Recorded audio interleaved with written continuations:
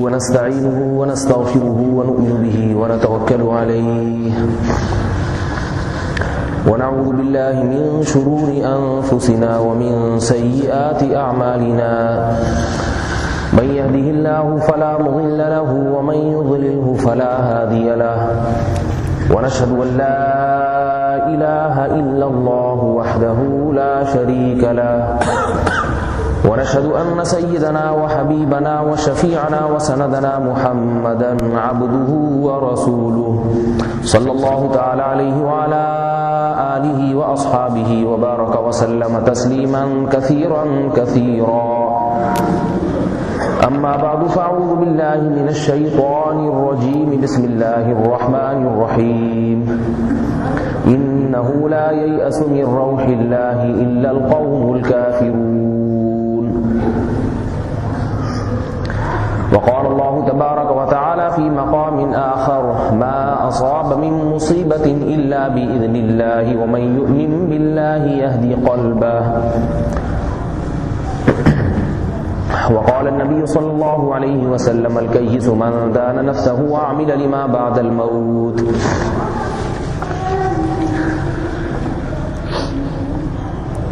پچھلے درس میں ایک مضمون شروع کیا تھا جو مکمل نہیں ہو سکا، تو ارادہ ہے کہ انشاءاللہ اس ہفتے اس کو مکمل کروں گا۔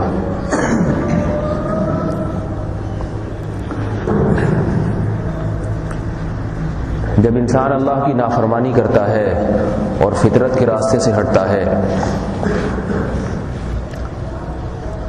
تو آخرت کے عذاب سے پہلے دنیا کے عذاب میں اللہ تعالیٰ اسے مبتلا کرتے ہیں۔ البتہ اس عذاب کی شکلیں مختلف ہوتی ہیں۔ ایک عذاب تو وہ ہے جسے سب عذاب کہتے ہیں، سمندری طوفان آ جائے، زلزلے آ جائیں، بارش بے لگام ہو جائے، یہ وہ عذاب ہے جو ہر شخص اپنی آنکھوں سے دیکھتا ہے اور اس کو قدرتی آفت کہا جاتا ہے۔ اور ایک عذاب کی ایسی قسم ہے کہ سب حالات ٹھیک ہوں، سب کچھ ٹھیک ہو، پھر بھی انسان پریشان ہو، یا حادثہ بہت معمولی سا پہنچا مگر پریشان بہت زیادہ ہو گیا۔ عذاب کی یہ جو قسم ہے یہ بہت ہی خطرناک ہے، اور آج اس عذاب میں ہر دوسرا تیسرا آدمی مبتلا ہے۔ میں نے پچھلے جمعے عرض کیا تھا کہ ڈپریشن کا جو لفظ ہے نا، ڈپریشن، یہ لفظ عربی لغت میں اور اردو میں بھی نہیں ہے۔ یہ ایک بیماری ڈپریشن آج کل بہت ہے۔ جناب کو بیماری کیا ہے جی؟ شوگر کا مرض ہے۔ سمجھ میں آتی ہے بھائی میٹھا نہیں کھا سکتے، ان کے جسم میں مٹھاس کو ہضم کرنے کی صلاحیت ختم ہو گئی ہے۔ فلاں کو کیا بیماری ہے جی؟ ان کو کھانسی نزلہ رہتا ہے ہر وقت۔ سمجھ میں آتی ہے۔ آج کل بعض لوگ دوا کھا رہے ہیں، بیماری کیا ہے؟ ڈپریشن کا مرض ہے۔ کیا ہوا بھائی؟ کوئی پریشانی لاحق ہے ان کو؟ نہیں جی، کوئی پریشانی تو نہیں ہے، بس ان کو مرض ہی ڈپریشن کا ہے۔ گولیاں کھاتے ہیں مستقل۔ کھانستا ہوا آدمی جب کھانسے گا تو کھائے گا، جب کھانسنا چھوڑ دے گا تو گولی بھی چھوڑ دے گا۔ بخار کے مریض کا جب سر گرم ہوگا تو گولی کھائے گا، جب سر کی گرمی ختم تو گولی کھانا بھی ختم۔ لیکن ڈپریشن کا جو مرض ہے، اسے جب کوئی حادثہ ہو تو گولی نہیں کھائے گا، ویسے ہی کھائے گا۔ یہ مرض اتنا پھیلتا چلا جا رہا ہے، اس کی وجہ یہ ہے کہ انسان اپنی فطری زندگی سے، نیچرل لائف سے ہٹ گیا ہے، اور ہٹتا چلا جا رہا ہے روز بروز۔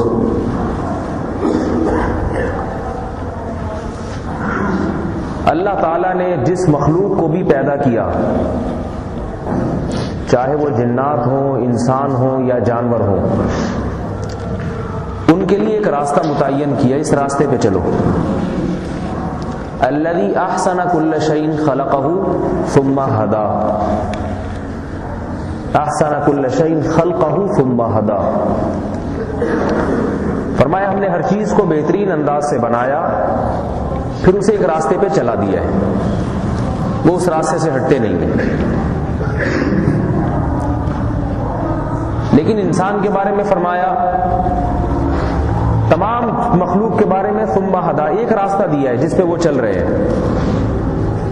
بکری نے جس راستے پہ چلنا ہوتا ہے، جو اس کا لائف سٹائل ہزاروں سال پہلے تھا، آج بھی وہی ہے، کبھی بدلا اس کا، جو کچھ تبدیلی آئی، دنیا نے اتنی ترقی کی، مگر جو 3000 پہلے کی بکری کا اسٹائل تھا، آج بھی وہی خوراک، رہائش کا وہی طریقہ۔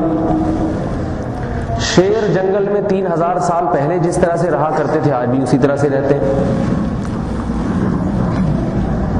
ہر ایک کا اپنا ایک طریقہ ہے، حیات ہے۔ شہد کی مکھی ہزاروں سال سے شہد بنا رہی ہے، بناتی خود ہے اور چھتا کاٹ کے انسان لے جاتا ہے۔ آج تک ایسا نہیں ہوا کہ شہد کی مکھیوں نے اپنے لائف سٹائل کو چینج کیا ہو یا اس پہ کبھی غور و فکر کیا ہو۔ شہد کی مکھیوں کے ماہرین کبھی ٹیبل ٹاک کی ہو، انہوں نے آپس میں سر جوڑ کے بیٹھے ہوں کہ ہم اتنی محنت کریں اور بھرے ہم اور کھائے، محنت ہم کریں کھائے کوئی اور، تو چلو ہم چھتے کا اسٹائل بدل دیتے ہیں یا جگہ بدل دیتے ہیں یا چھتے میں زہر چھوڑ دیتے ہیں تاکہ یہ انسان کھائے اور مر جائے اور آئندہ کے لیے اس کو نصیحت حاصل ہو جائے۔ کبھی ایسا ہوا بھائی؟ نہیں۔ آپ پورا چھتا لے جائیں، کچھ چھوڑیں اس میں نہ چھوڑیں، مکھی اپنے لائف سٹائل کو چینج نہیں کرے گی۔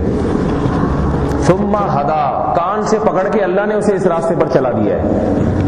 اوحی ربک الی النحل ان اتخذی من الجبال بیوتا، اللہ فرماتے ہم نے شہد کی مکھیوں کو چند باتیں بتا دی ہیں، حکم دے دیا ہے، ان اتخذی من الجبال بیوتا ومن الشجر ومما یعرشون، کہ تو نے گھر اپنا فلاں فلاں فلاں فلاں مقامات پہ بنانا ہے، اسے جہاں وہ مقام نظر آئے گا بنائے گی وہ گھر۔ ثم کلی من کل الثمرات، فرمایا دوسرا حکم ہم نے اسے یہ دیا کہ پھر ہر قسم کے پھلوں کے رس کو تو نے چوسنا ہے۔ مکھی یہ کام کرے گی، دنیا کی کوئی طاقت اسے اس کام سے روک نہیں سکتی، کتنے مشورے دے دیے جائیں اور کتنے میٹنگ اجلاس ہوں اور جتنا کچھ سمجھایا جائے، مکھی یہ کام کرے گی لازم۔ فرمایا یخرج من فسلکی سبل ربک ذللا، اور جن راستوں سے گئی ہے شہد بنانے کے لیے پھلوں کی تلاش میں، انہی راستوں سے واپس اسی چھتے میں پہنچنا ہے، کسی دوسرے میں جانے کی اجازت نہیں ہے۔ ایسا نہیں ہے کہ اڑی تھی اس چھتے سے، وہ تاجر بیچارہ ڈبے لے کے بیٹھا ہوا ہے اپنی مکھیوں کے، مکھی اڑی یہاں سے اور آگے جا کے پھلوں کا رس چوس کے اس نے بولا کہ واپس آؤں گی تو یہ پھلوں کا رس تو یہ لے جائے گا تاجر جس نے یہ ڈبے یہاں نصب کیے ہوئے ہیں، چلو کسی اور رخ پہ چلتے ہیں۔ ایسا بھی نہیں ہوتا۔ اللہ فرماتے ہیں فسلکی سبل ربک ذللا، تیرے رب نے تیرے راستے مسخر کر دیے ہیں، یہی راستے مسخر کیے جن راستوں سے گئی ہے تو، اس کے علاوہ کسی اور گھر میں کسی اور چھتے میں جانے کی تجھے اجازت نہیں ہے، خواہ اس چھتے کو آگ لگا دی جائے، اس کو کاٹ کے پھینک دیا جائے یا تیرا سارا شہد تجھ سے چھین لیا جائے، مکھی انہی راستوں پہ سفر کر کے اسی چھتے میں آئے گی۔ احسن کل شیء خلقہ، فرمایا ہر چیز کو بہترین انداز سے بنایا بڑا بہترین۔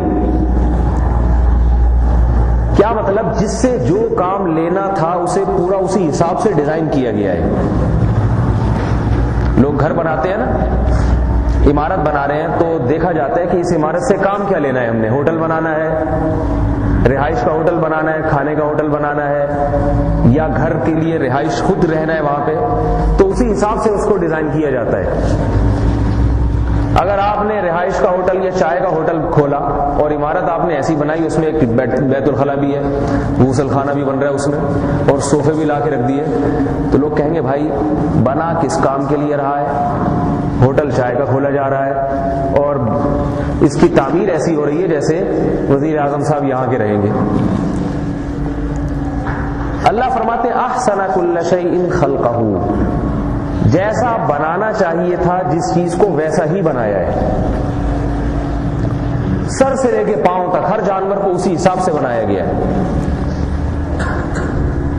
دیکھیے اللہ نے کچھوے کو بنایا، چال کتنی سست، اگر کوئی شکاری اس کے پیچھے بھاگے تو کچھوا دوڑ کے جان بچا ہی نہیں سکتا،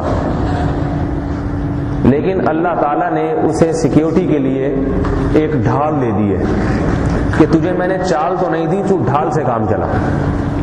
نہ چال ہوتی نہ ڈھال ہوتی تو کہتے ہیں نا، نہ چال اچھی نہ ڈھال اچھی، کسی کام کا نہیں، بچاتا کیسے اپنے آپ؟ اللہ نے کہا تیری چال اچھی نہیں ہے لیکن تیری ڈھال بہت اچھی ہوگی، ہاتھی کھڑا ہو جائے گا تیرا کچھ نہیں بگاڑ سکے گا۔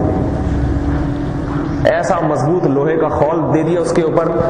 اب اگر جانور اس کے کچھوے کے پیچھے بھاگتا ہے تو بھاگ کے پکڑ کے بھی بیچارے کے ہاتھ میں کچھ نہیں آتا، کچھوا اپنے آپ کو اپنے خول میں چھپا لیتا ہے، وہ بیچارہ وہیں کھڑے ہو کر اول آخر 11 دفعہ درود شریف اور تمام وظیفے جو اس نے سیکھے ہوئے ہیں وہ سارے بیٹھ کے پڑھتا رہتا ہے اور پھر تھک ہار کے چلا جاتا ہے، بھئی یہ نکلنے والا نہیں اور میں کھا نہیں سکتا اسے۔ جب کچھوے کو اطمینان ہو جاتا ہے چلا گیا، اب کچھوا دوبارہ اسی رفتار سے۔ خرگوش کو اللہ نے کمزور دل دیا، لڑ نہیں سکتا، مگر اللہ نے اس کو تیز رفتار چھلانگ دے دیے، چال دے دیے۔ شکاری جانور جب خرگوش کے پیچھے بھاگتے ہیں تو مقابلے میں اکثر خرگوش ہی جیتتا ہے، کبھی کبھار پکڑائی میں آتا ہے۔ چیتے کو اللہ تعالیٰ نے پنجوں میں طاقت دی ہے، شیر کو پنجوں میں طاقت دی ہے، اتنی طاقت کہ ہرن کے مقابلے میں کئی گنا زیادہ طاقت، مگر ہرن کی چال اللہ نے ایسی پھرتیلی دی ہے، اس چال میں لوگ مثال دیتے ہیں بھائی یہ تو ہرن ہو گیا، ایسا ابھی تو یہاں بیٹھا ہوا تھا پتہ نہیں کہاں گیا۔ کسی سے قرضہ لے لینا تو وہ ہرن ہو جاتا ہے، قرضہ لینے والا۔ ایسی چال کہ چیتا اور شیر دن بھر میں اگر 10 ہرن کو شکار کریں گے تو ایک آدھی کھا پاتے ہیں، باقی اکثر بھاگ نکلتے ہیں۔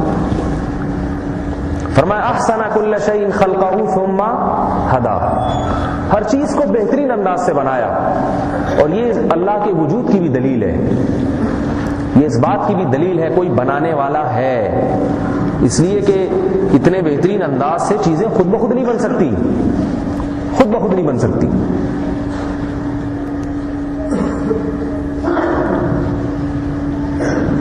خرگوش جب بل بناتا ہے، دیکھیے کام اللہ نے اس کے ذمے کیسے لگایا، سرنگیں بنانا۔ آپ ایک مزدور کو کدال دیں اور کہیں کہ بھائی یہ سرنگ 3 فٹ 4 فٹ کھودو، تھوڑی دیر میں اتنا گندا میلا ہو جائے گا کہ نہانے سے کام نہیں چلے گا، سروس کروانی پڑے گی اس کی، اتنا میل اس کے جسم پہ اڑ جاتا ہے۔ کیا خیال ہے؟ خرگوش کا تو کام ہی یہی ہے سارا دن، اس نے تو لمبی لمبی سرنگیں بنانی ہیں۔ اگر اس کا جسم بھی اتنا گندا ہوتا تو خرگوش تو بیچارہ سارا دن نہانے دھونے میں ہی گزارتا، سرنگ نہ بنا سکتا۔ اللہ تعالیٰ نے خرگوش کو پاؤں ایسے دیے اور سرنگ بنانے کا طریقہ ایسا سکھایا ہے کہ لمبی لمبی سرنگیں بناتا ہے، مگر سفید رنگ کا خرگوش سرنگ بنانے کے بعد اسی طرح سفید نظر آئے گا، ایک داغ نہیں ہوگا اس کی کھال پہ، مٹی میل کچیل کا ایک داغ دھبا نہیں ہوگا، بالکل جیسے سرنگ بنانے سے پہلے تھا سرنگ بنانے کے بعد۔ کام اللہ نے ایسا دیا ہے۔ احسن کل شیء، ہر چیز کو بہترین انداز سے بنایا، اور جس راستے پہ چلانا تھا اس پہ چلا دیا، کان پکڑ کے چلا دیا زبردستی۔ جانور چونکہ اس فطرت پہ ہمیشہ چلتے رہتے ہیں جس فطرت پہ اللہ نے چلایا، لہذا جانوروں کی زندگی ہمیشہ پرسکون ہوتی ہے. بھوک سے مرتے ہیں جانور قحط اگر پڑ جائے، سردی سے مر جائیں گے اگر گرمی کا انتظام نہ ہو، لیکن آج تک کوئی جانور ٹینشن سے نہیں مرا. کبھی سنا آپ نے بھینس ڈپریشن کی مریض ہے؟ سنا آپ نے؟ خودکشی کر لی بھینس نے، گدھا کھمبے سے چپک گیا، کبھی سنا ہے آپ نے؟ حالانکہ حادثات جانوروں کے ساتھ بھی ہوتے ہیں، جسمانی حادثات بھی ہوتے ہیں، اور بعض دفعہ جانور بچہ دیتا ہے، اس سے بچہ چھین لیا جاتا ہے، 2-4 دن روتا پیٹتا بھی ہے، وہ غم بھی ہوتا ہے، تکلیف بھی ہوتی ہے، پریشانی بھی ہوتی ہے، مگر کوئی جانور ڈپریشن کا مریض نہیں بنتا مستقل کہ آپ اپنی بکری کو لے کے جا رہے ہیں ڈاکٹر صاحب کے پاس، ڈاکٹر صاحب ڈپریشن کی مریض ہے. ڈاکٹر پوچھ رہا ہے بھائی کیا بیماری ہے، کھانسی ہے، جلاب لگے ہوئے، کیا آپ کہہ رہے ہیں ڈاکٹر صاحب ڈپریشن کی مریض ہے. یہ کبھی ایسا ہوا؟ جانور نہیں، انسان ہر دوسرا تیسرا آدمی ڈاکٹر صاحب کے پاس جا رہا ہے. تو بھائی یہ ڈپریشن کا مرض پیدا کیوں ہو رہا ہے؟ پریشانی، دل میں بے سکونی پیدا کیوں ہو رہی ہے؟ وجہ اس کی یہ ہے کہ جانور کو تو اللہ نے خود چلا دیا، انسان کو اللہ نے خود نہیں چلایا، صرف دکھایا ہے، چلایا نہیں ہے. دکھایا ہے کہ یہ نیچرل راستہ ہے، یہ فطری راستہ ہے، یہ سیدھا راستہ ہے اور یہ غلط راستہ ہے. وَهَدَيْنَاهُ النَّجْدَيْنِ، فرمایا هَدَيْنَاهُ النَّجْدَيْنِ، ہم نے انسان کو دکھائے ہیں النجدین، 2 راستے. کسی جانور کو 2 راستے نہیں دکھائے اللہ نے. واحد انسان وہ مخلوق ہے جس کو اللہ نے ایک نہیں بلکہ 2 راستے دکھائے ہیں اور چھوڑ دیا. فرمایا تمہاری مرضی ہے، تم اس سیدھے راستے پہ چلو، چاہو تو اس غلط راستے پہ چلو. اور دوسرے حیوانات کے بارے میں تو فرمایا احسن کل شیء خلقہ، ہر چیز کو بہترین بنایا. لیکن انسان کے بارے میں فرمایا لقد خلقنا الانسان فی احسن تقویم، ان تمام بہترین مخلوق میں بھی انسان کو ان سے بھی زیادہ بہترین بنایا ہے. تو بھائی اسے تو بے سکون ہونا ہی نہیں چاہیے تھا. جس مشین کو اتنے اہتمام سے بنایا گیا ہو اسے خراب نہیں ہونا چاہیے، لیکن سب سے زیادہ یہ انسان ہی کی مشین خراب ہو رہی ہے، جسمانی اعتبار سے بھی اور روحانی اعتبار سے بھی. بیماریاں جتنی انسانوں میں ہیں اتنی حیوانات میں نہیں ہیں. طبی عمر کو پہنچنے سے پہلے ہلاکتیں جتنی انسانوں میں ہیں حیوانات میں نہیں ہیں. جانور کو چھوڑ دیں اپنی عمر پوری کر کے مرے گا، انسانوں میں آج کوئی اپنی عمر پوری کر کے مرتا ہی نہیں ہے. کوئی دیکھا آپ نے 80 سال 85 سال، کوئی اتفاق سے کوئی ہوتا ہے 80 سال کے، 60 سال 65 سال، اس کے بعد ختم. تو وجہ اس کی کیا ہے؟ اللہ فرماتے ہیں ہدیناہ النجدین، ہم نے انسان کو 2 راستے دکھائے ہیں.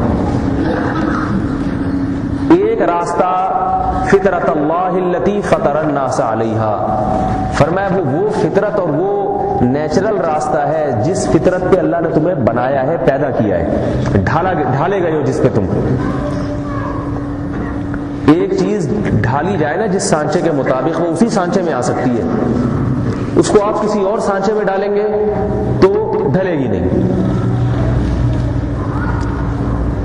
پیکنگ آج کل دیکھیں، پیکنگ آ رہی ہوتی ہے مختلف چیزوں کی، بھئی یہ پیکنگ فریج کی ہے، یہ پیکنگ اس طرح کی ہے، اس طرح کی پیکنگ اتار کے آپ اس میں اوون گھسانے کی کوشش کر رہے ہو تو یا تو اوون خراب ہو جائے گا یا وہ پیکنگ ٹوٹ جائے گی. اللہ فرماتے ہیں انسان کی جو پیکنگ ہے فطرت اللہ، فطرت کا معنی ہوتا ہے پیدا کرنا. جس پیکنگ پہ میں نے پیدا کیا ہے انسان کو، جس سانچے میں اس کو اپنے آپ کو ڈھالنا پڑے گا، وہ سانچہ اللہ کا دین ہے، اللہ کا راستہ ہے، اسلام ہے. اگر اس نے اپنے آپ کو اسلام کے علاوہ کسی اور سانچے میں ڈھالنے کی کوشش کی تو یہ ٹوٹ پھوٹ کا شکار ہو جائے گا، سکون نہیں مل سکے گا اس کو. آج کے انسان سے جو بہت بڑی اور انتہائی سنگین غلطی ہو رہی ہے وہ غلطی یہ ہے کہ انسان اللہ کی طرف سے متعین کردہ راستے سے ہٹ رہا ہے. اور عجیب حماقت در حماقت یہ کہ اس راستے سے ہٹ کے اس غلط راستے میں سکون بھی تلاش کر رہا ہے، یہ اس سے بڑی حماقت۔ ایک آدمی زہر کھا رہا ہو، یہ تو حماقت ہے، اور یہ سمجھ رہا ہو کہ اس زہر سے مجھے شفا ملے گی، یہ اس سے بڑی حماقت۔ نہیں آ رہی میرا خیال ہے بات سمجھ، 2-4 حضرات ہی کے آ رہی ہے، باقی تو وہی بات ہے، ایسا لگ رہا ہے میں ٹی وی میں آ رہا ہوں۔ ٹی وی میں تو دیکھتے رہتے ہیں نا ایسے کر کے، نہ گردن ہلاتے ہیں، نہ ایسے نہا نہ کچھ بھی نہیں۔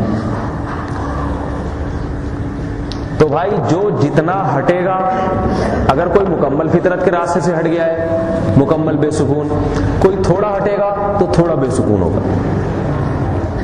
ایک گناہ بھی اگر کوئی کرے، ایک گناہ بھی، معمولی سی برائی بھی کرے، اس معمولی سی برائی سے بھی معمولی سا بے سکون بہرحال ہو جاتا ہے۔ جتنا تگڑا گناہ اتنی ہی زیادہ بے سکونی۔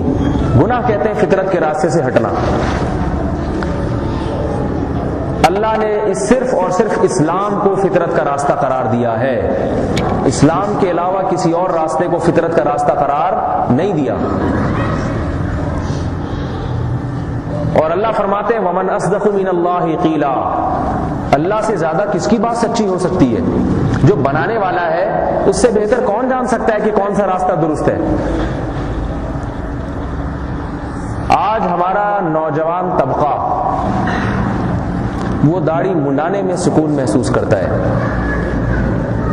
وہ زنا میں اور شراب میں سکون محسوس کرتا ہے، وہ والدین کی نافرمانی میں سکون محسوس کرتا ہے، حلال و حرام کی پرواہ کیے بغیر دولت کمانے میں سکون محسوس کرتا ہے۔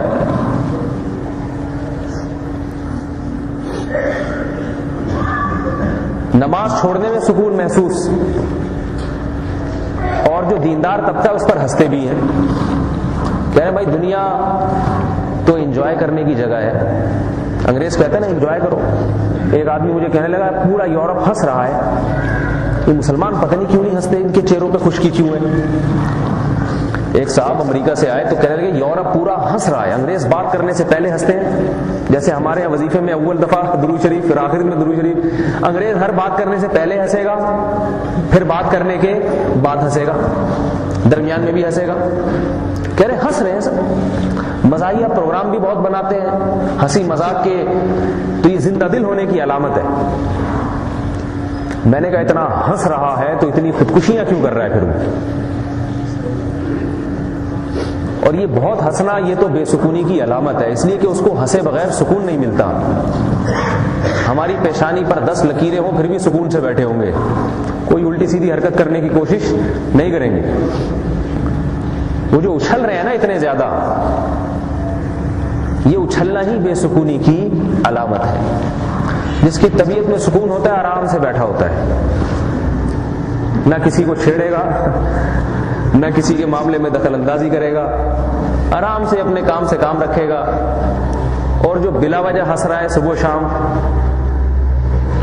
اور اپنے آپ کو خوش رکھنے کے لیے مصنوعی چیزوں کے سہارے لے رہا ہے، تو یہ تو میرے بھائی خود بے سکونی کی علامت ہے۔ ان کو سکون برقرار رکھنے کے لیے پروگرام بنانے پڑتے ہیں، مزاحیہ ڈرامے دیکھنے پڑتے ہیں، مزاحیہ فلمیں دیکھنی پڑتی ہیں، کچھ نہ کچھ کرنا پڑتا ہے۔ روزانہ لائف سٹائل کو چینج کرتے ہیں، وہ آج یہ والا فیشن کل دوسرا فیشن، اس سے دل بھر گیا اب دوسرا ہونا چاہیے ورنہ مر جائے گا خودکشی کر کے، اتنی بے سکونی۔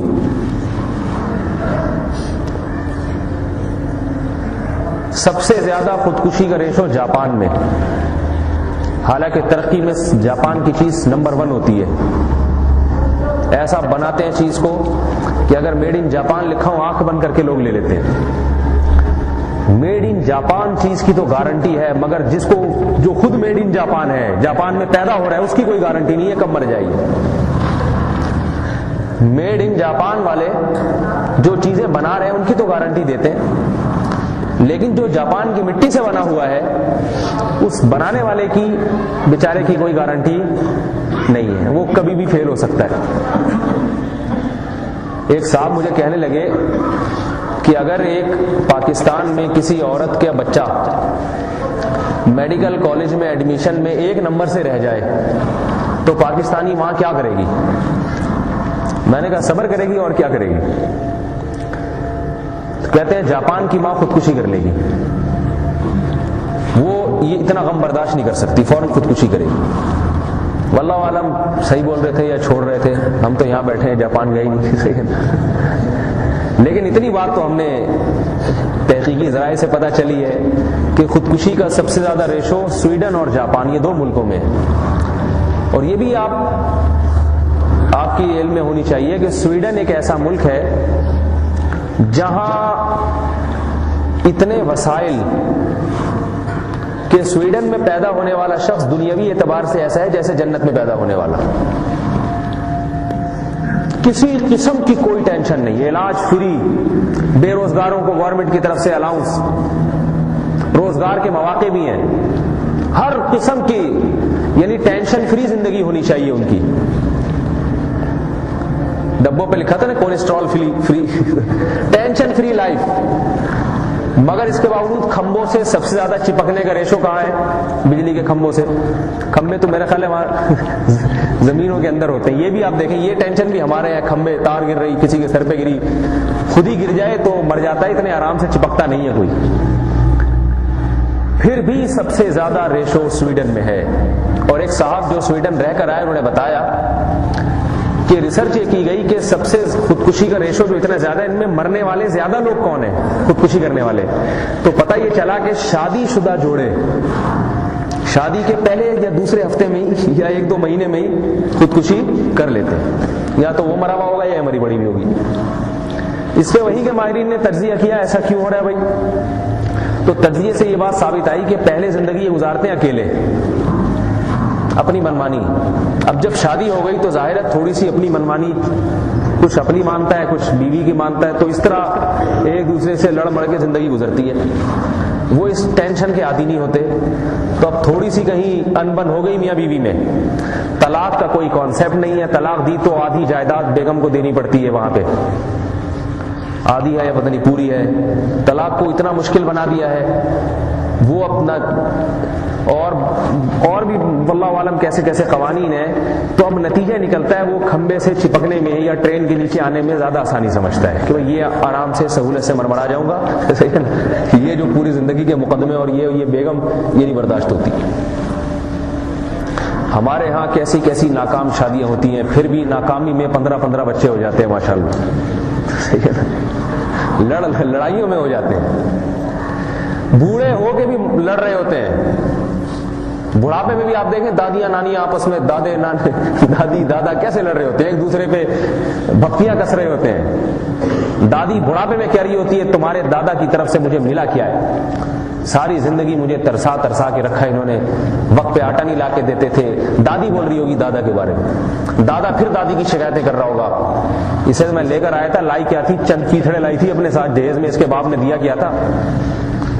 باتیں ایسی کر رہی ہے جیسے باپ نے سونے میں تول کے بھیجا ہو۔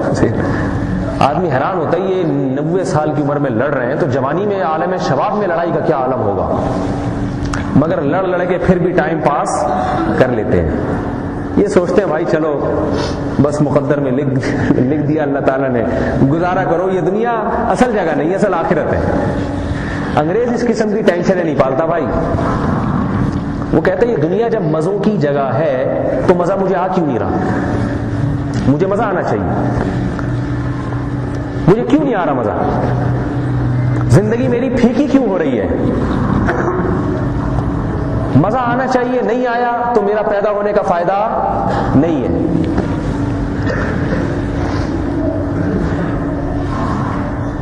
جو اللہ کے متعین کردہ راستے سے، اللہ کی بنائی ہوئی فطرت سے جتنا ہٹے گا اس کے دل کا سکون اتنا ہی چھینا جائے گا۔ من اعرض عن ذکری فإن له معیشۃ ضنکا، فرمائے جو آدم علیہ السلام کو جب اللہ نے دنیا میں بھیجا، فرمایا کہ آپ اپنی آئندہ آنے والی نسلوں کو بتا دیں۔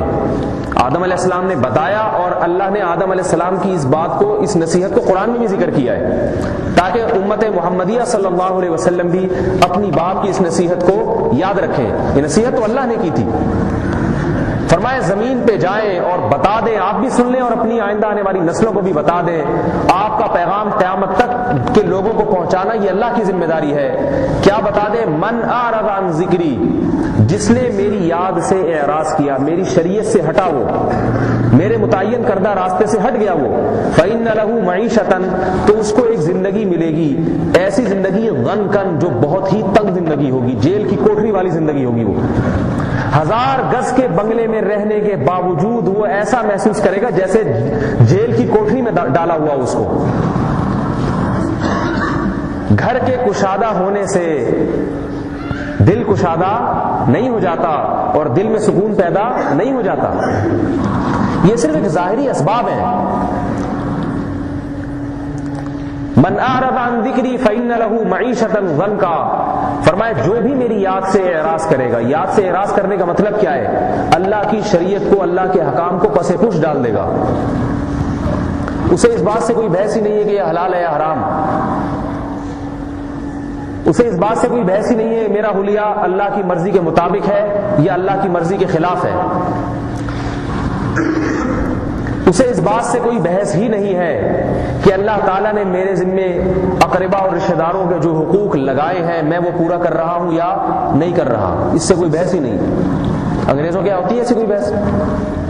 چچا کون ہے، ابا کون ہے، امی کون ہے، کوئی کہتے ہیں اس قسم کی ٹینشنیں پالو ہی نہیں تاکہ ترقی میں رکاوٹ نہ ہو۔ یہ تو مسلمان ہے بیچارہ، اسی عمر زندگی میں ساری عمر چچا ناراض ہے، ابا ناراض ہے، مر نہ جاؤ۔ میرے پاس کتنے لوگ آتے ہیں مسئلہ پوچھنے، حضرت 3 سال سے بھائی سے بات چیت بند ہے، غلطی بھی بھائی کی، مگر مجھے ڈر ہے کہ میں مر گیا تو کہیں جہنم میں نہ چلا جاؤں، کوئی طریقہ بتاتے ہیں بات چیت شروع ہو جائے۔ دل خوش ہوتا ہے الحمدللہ، ہمارے ہاں اتنا تو ہے کہ خونی رشتوں کا اتنا پاس تو ہے، اللہ کے عذاب سے ڈر رہا ہے اور کوئی غم نہیں ہے اس کو۔ ایک صاحب آئے کہ بہن سے بات چیت بند ہے، لڑائی ہوئی ہے، کہیں مجھے گناہ تو نہیں، کہیں میری نمازیں ضائع تو نہیں ہو رہی، کہنے لگے میں نماز پڑھتا ہوں کہیں ایسا تو نہیں ہے ضائع ہو رہی ہو۔ میرے بھائی یہ ذمہ داریاں کیوں انسان پالتا ہے، کیوں اپنے ذمہ لیتا ہے؟ اس لیے کہ اسے معلوم ہے کہ اس بارے میں قیامت کے دن سوال ہوگا۔ اگر میں نے ان سے اعراض کیا، ان احکامات سے منہ موڑا، من اعرض عن ذکری، فرمائے جس نے میری یاد سے، میرے احکامات سے منہ موڑا، تو پہلا عذاب تو یہ آئے گا فإن له معیشة ضنکا، اس کی زندگی کو تنگ کر دوں گا، اس کے اوپر سب کچھ ہوتے ہوئے بھی پریشان ہوگا، اور اگر کچھ چھن جائے تو تھوڑی پریشانی کی بات پہ بہت زیادہ پریشان ہوگا۔ خودکشی کے کتنے واقعات ہمارے معاشرے میں شروع ہو گئے، کتنے ذرا سی باتوں پر محبت ناکام، خودکشی۔ 2 سال پہلے آپ سب کو پتہ ہے یہاں 18 سال لڑکے نے خودکشی کر لی، امتحان میں ناکام، خودکشی، باپ کی مار پڑی، خودکشی۔ یاد رکھو خودکشی کرنے والا قابل ترس نہیں ہے، لوگ ترس کھاتے ہائے بیچارہ مر گیا، قابل ترس نہیں۔ اگر بیچارہ ہوتا تو رسول اللہ صلی اللہ علیہ وسلم یہ نہ فرماتے کہ خودکشی کرنے والا جس طرح سے اپنے آپ کو مارے گا، موت کے گھاٹ اتارے گا، فرمایا جب تک قیامت قائم نہیں ہو جاتی، جس طرح سے جس نے اپنے آپ کو ہلاک کیا، قیامت تک اسی طرح سے اپنے آپ کو ہلاک کرتا رہے گا۔ صحیح بخاری صحیح مسلم کی حدیث ہے۔ فرمایا آگے نبی علیہ السلام نے تشریح بھی کی ہے، اجمالی بات کر کے چھوڑا نہیں ہے، آگے تشریح فرمائی، پس جس نے اپنے آپ کو آگ میں جلا کے مارا، قیامت تک آگ میں جلتا رہے گا۔ پھر حساب کتاب تو پھر قیامت کے بعد شروع ہوگا اس کا، وہ الگ ہے، اس میں اللہ کی طرف سے معافی ہوتی ہے یا عذاب کا فیصلہ ہوتا ہے، یہ ایک الگ بات ہے۔ برزخ کا عذاب تو یہ ہے، فرمایا جس نے اپنے آپ کو پہاڑ سے گرا کے مارا، برزخ میں ایسا ہی ہوگا، اس کے لیے پہاڑ قائم کیا جائے گا جس سے اپنے آپ کو گرائے گا، مرے گا، پھر اللہ زندہ کریں گے، پھر پہاڑ پہ چڑھائیں گے، پھر گرائیں گے۔ جس طرح سے اس نے اللہ کی نافرمانی کی اور نافرمانی کرتے ہوئے موت واقع ہوئی، قیامت تک کسی طرح سے وہ اپنے آپ کو ہلاک کرتا رہے گا۔ اس کو معمولی جرم، بات بات پہ خودکشی کی دھمکیاں، مسلمان معاشرے میں خودکشی کی بات کرنا یہ تو عقل سے بالاتر ہے. کیسے بات؟ جو خدا کے وجود کا قائل ہو، جس کو پتا ہے کہ ایک طاقت ایسی ہے جو غم دور کرنے میں کسی سبب کی محتاج نہیں ہے.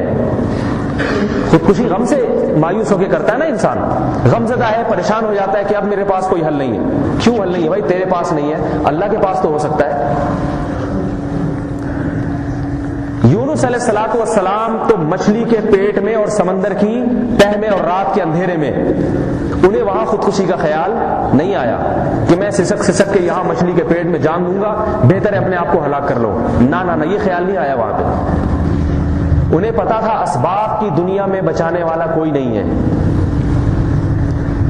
لیکن ایک ذات ہے جو مسبب الاسباب ہے. وہ اگر بچانا چاہے گی تو دنیا کی کوئی طاقت مجھے مچھلی کا نوالا بننے نہیں دے گی.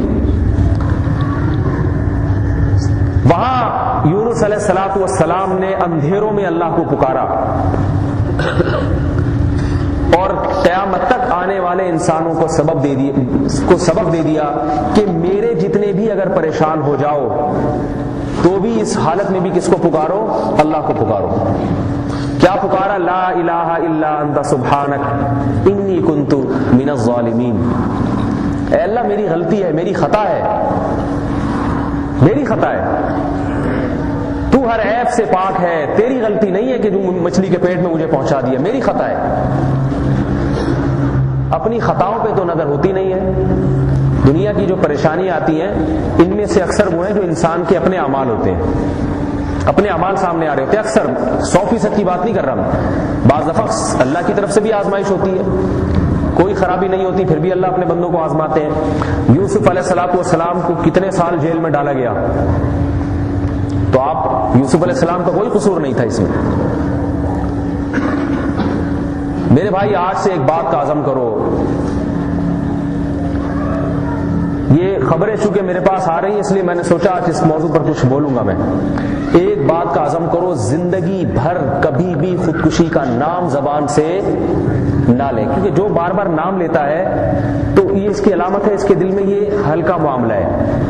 تو جو کسی جرم کو ہلکا سمجھتا ہے تو اللہ کی طرف سے اس کی مدد پھر ختم ہو جاتی ہے. کرتے ہی ایسے لوگ ہیں جو بار بار نام لیتے ہیں، دھمکیاں دیتے ہیں. خواتین عورتیں دھمکیاں دیتی ہیں اکثر اپنے شوہر کو، میں گولیاں کھا لوں گی، میں یہ کر لوں گی، میں وہ کر لوں گی. تو کمال کی بات نہیں ہے یہ. یہاں تک علماء نے لکھا ہے کہ اگر کوئی خودکشی کر لے تو قوم کے مقتدا اور رہبر کو بائیکاٹ کرنا چاہیے نماز جنازہ سے. نماز جنازہ پڑھیں، دوسرے لوگ پڑھیں، جو رہبر ہے اس کو احتجاج کرنا چاہیے، نہیں پڑھا ہے وہ نماز جنازہ. اتنا بڑا جرم ہے یہ.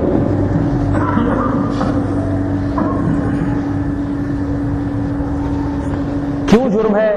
فرمایا انہ لا ییأس من روح اللہ الا القوم الکافرون. فرمایا کہ اللہ کی رحمت سے کافر کے سوا کوئی بھی مایوس نہیں ہو سکتا. جو منکر ہو، خدا کے وجود کا قائل نہ ہو، وہ تو مایوس ہو سکتا ہے. جو اللہ کو مالک اور خالق مانتا ہے وہ قطعاً مایوس نہیں ہو سکتا. ہماری شریعت کی تعلیم تو یہ ہے، خودکشی کا خیال آنا تو دور کی بات. رسول اللہ صلی اللہ علیہ وسلم نے فرمایا ان اللہ اذا احب قوما ابتلاهم، صحیح بخاری کی حدیث ہے. کیسی تسلی ہے مسلمان کے لیے اس میں. فرمایا اللہ جب کسی سے محبت کرتے ہیں تو اسے پریشانیوں میں ڈال دیتے ہیں. بعض مرتبہ اللہ کا اظہار محبت کا طریقہ کیا ہوتا ہے؟ پریشانیوں میں ڈال دینا. کیوں؟ فرمایا عجل له عقوبته فی الدنیا، اللہ چاہتے ہیں کہ اس کا عذاب آخرت میں جو ملنا تھا وہ دنیا میں ہی مل جائے. اور دنیا میں بہت تھوڑا ملتا ہے، آخرت میں بہت زیادہ ملے گا. فرمایا فمن صبر فلہ الرضا، پھر ان پریشانیوں میں جو صبر کر لے. صبر کا مطلب یہ نہیں کہ آپ ہائے ہوئے نہ کریں، تکلیف ہوتی ہے تو آدمی چیختا بھی ہے، ہائے ہوئے بھی کرتا ہے. کسی سے پریشانی کو ذکر کر لینا میں بھی کوئی حرج نہیں ہے، غم تھوڑا ہلکا ہو جاتا ہے. صبر کا مطلب یہ کہ ایسی باتیں زبان سے نکالنا جس سے اللہ ناراض ہو، ایسی باتیں نہ نکالیں. یہ کہنے لگے کہ مجھے تو اب خیال آ رہا ہے کہ میں بھی مر جاؤں، مر جاتا تو اچھا تھا، اس غم سے پہلے مر جاؤں تو اچھا ہے۔ یہ وہ بات ہے جس سے اللہ ناراض ہوتا ہے۔ اللہ سے شکایت شروع کر دے کہ اللہ کو میں ہی ملا تھا، اور محلے میں دوسرے نہیں تھے کیا؟ وہ بھی تو دیسی گھی کھاتے ہیں، وہ بھی تو پراٹھے کھاتے ہیں، اٹیک مجھے کو ہونا تھا، میرے تو چھوٹے چھوٹے بچے ہیں، وہ دیکھو ایسے گھوم رہے ہیں۔ بعض لوگ، ایک دیندار آدمی کا بچہ مر گیا، سچا واقعہ سنا رہا ہوں، ایک دیندار آدمی بیچارہ بظاہر تو دیندار ہی تھا، اس کا چھوٹا بچہ اس سے بڑی محبت، وہ مر گیا، تقریباً 10 بلکہ 15-20 سال پرانی بات ہے۔ تو بدبخت کہہ رہا ہے کہ میں ہی ملا تھا اللہ کو بچہ مارنے کے لیے۔ تو میں نے کہا آپ پہلے آدمی نہیں ہے جن کا بچہ مرا ہے، بچے تو بہت سو کے مرے ہیں، لیکن آپ پہلے آدمی ہیں جن کی زبان سے ایسی بات ہم سن رہے ہیں۔ کسی مسلمان کی زبان سے ہم نے ایسی بات نہیں سنی۔ ایسے ایسے لوگ بھی 8 بچے مر گئے ان کے، ایک کر کے صبر کرتے ہیں، اس لیے کہ جب یہ علم ہے انسان کو کہ یہ بچہ ضائع نہیں ہوا، قیامت کے دن سفارش کرے گا، ضائع تھوڑی ہوا ہے۔ رسول اللہ صلی اللہ علیہ وسلم نے فرمایا کہ حمل اگر ساقط ہو جائے تو اس ساقط شدہ حمل کو بھی اللہ حیات دیں گے، اور وہ بھی اپنے والدین کی قیامت کے دن شفاعت کا ذریعہ بنے گا۔ تو میرے بھائی، جو رب پریشانیوں پہ اتنا نوازتا ہو تو اس کے بندے پریشانیوں پہ ڈپریشن کے مریض بننا شروع ہو جائیں تو یہ حماقت اور بیوقوفی کی بات ہوگی یا نہیں ہوگی؟ جو رب، نبی علیہ السلام نے فرمایا کہ مسلمان کو عجبا لامر المومن، صحیح بخاری صحیح مسلم کی حدیث ہے، عجبا لامر المومن، فرمایا مومن کا معاملہ بڑا عجیب ہے۔ ہم میں اور یہودیوں میں فرق ہے الحمدللہ، فرمایا مومن کا معاملہ عام لوگوں کی طرح نہیں ہے۔ عجبا لامر المومن ان امرہ کلہ لہ خیر، فرمایا اس کے ہر کام میں خیر ہے اگر یہ صبر کرے، ہر کام میں خیر ہے۔ فرمایا ان اصابتہ غراء صبر فکان خیر اللہ، فرمایا اگر اس کو کوئی مصیبت پہنچتی ہے تو یہ صبر سے کام لیتا ہے، یہ مصیبت بہت بڑی خیر کا ذریعہ بن جاتی ہے۔ چھوٹی مصیبت بعض دفعہ بڑے حادثات کو ٹالنے کا ذریعہ بن جاتی ہے۔ یہ سمجھ رہا ہے میرا ایک بچہ مر گیا، اس کو یہ معلوم نہیں ہے کہ کتنی آئی ہوئی بلاؤں کو اللہ نے اس ایک بلا کے ذریعے ٹال دیا ہے، ورنہ لوگوں کے مکانات کی چھت گرتی ہے، پوری فیملیاں ہلاک ہو جاتی ہیں، یہ بھی تو ہو سکتا تھا۔ آج ایک عورت کا فون آیا، اس کا جوان داماد مر گیا، شادی ہوئی تھی 2 مہینے، داماد مر گیا، بیچاری پریشان، میری بچی بیوہ ہو گئی، یہ ہو گیا وہ ہو گیا۔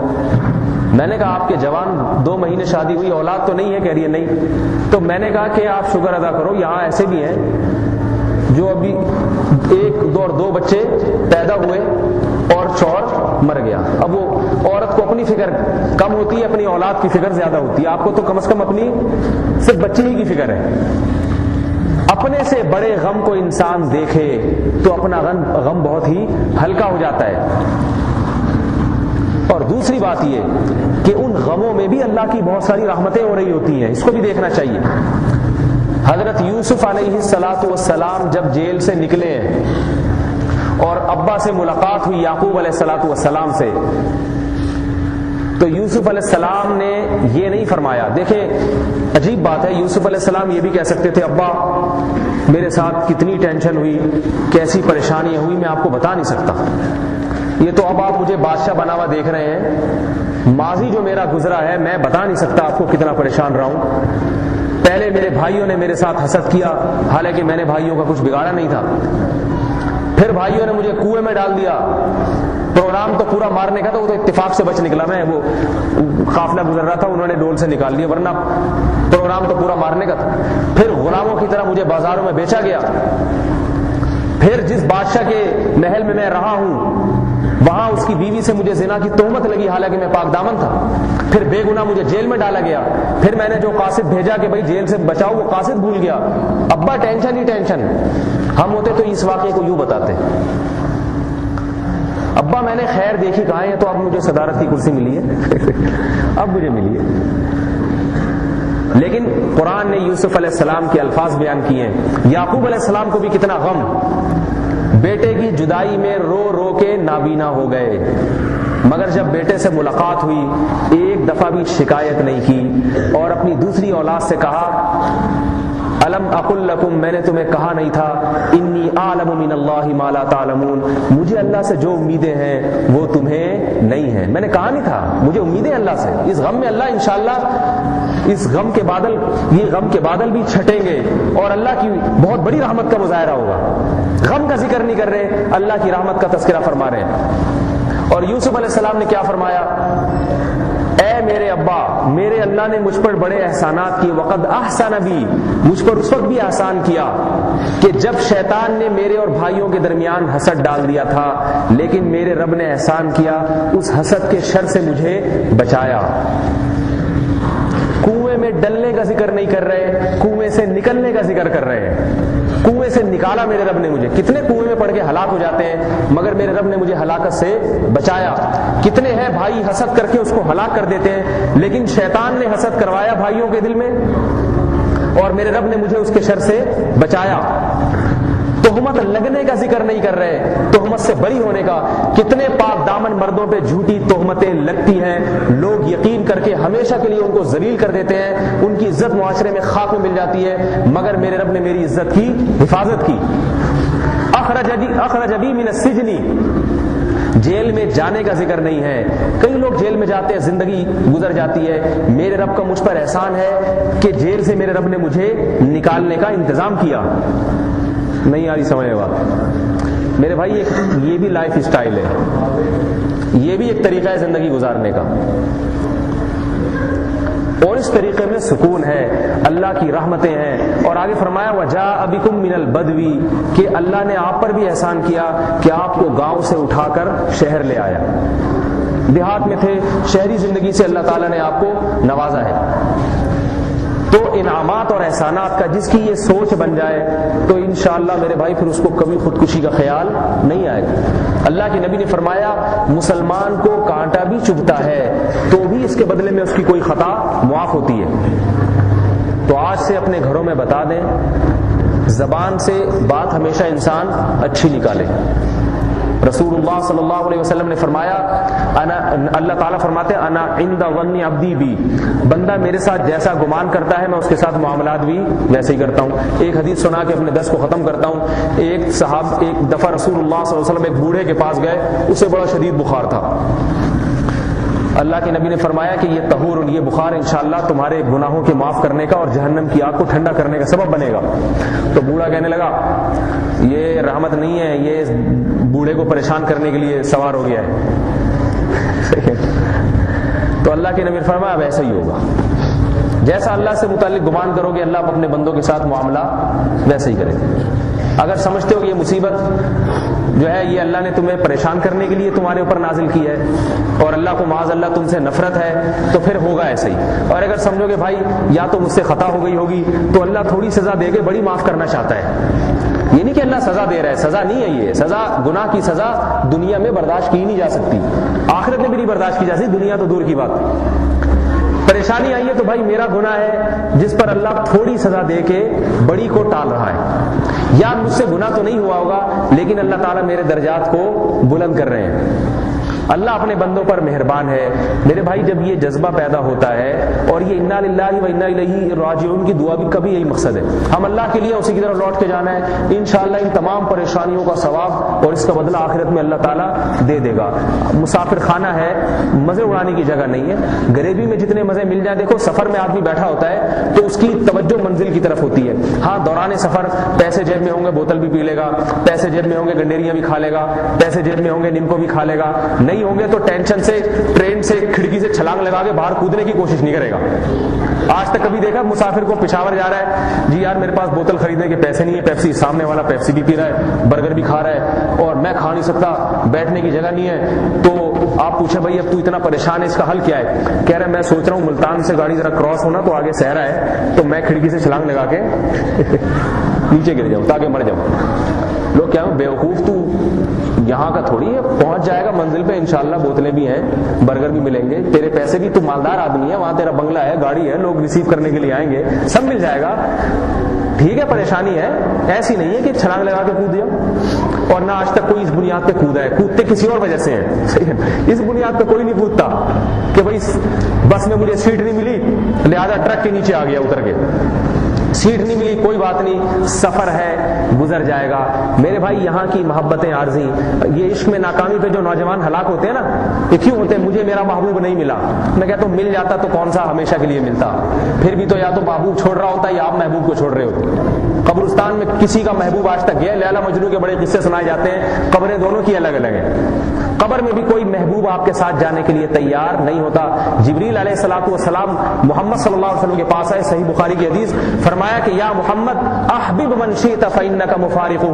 اے محمد خود بھی سن لیں، اپنی قوم کو بھی بتا دیں کہ جس سے چاہو محبت کرو، مگر یہ پہلے سوچ لینا کہ اس سے ایک دن جدائی ہونے والی ہے. ایسا نہیں ہے کہ یہ ہمیشہ کے لیے. جدائی کسی کو دیر سے ہوتی ہے، کسی کو جلدی ہوتی ہے. یہ سب عارضی ہیں، دائمی وہی ہوتی ہے جو آخرت میں ہوگی. اللہ تعالی ہمیں اطمینان والی زندگی عطا فرمائے اور 100% شریعت پر چلنے کی توفیق عطا فرمائے. سبحانک اللہم و بحمدک، نشہد ان لا الہ الا انت، نستغفرک و نتوب الیک.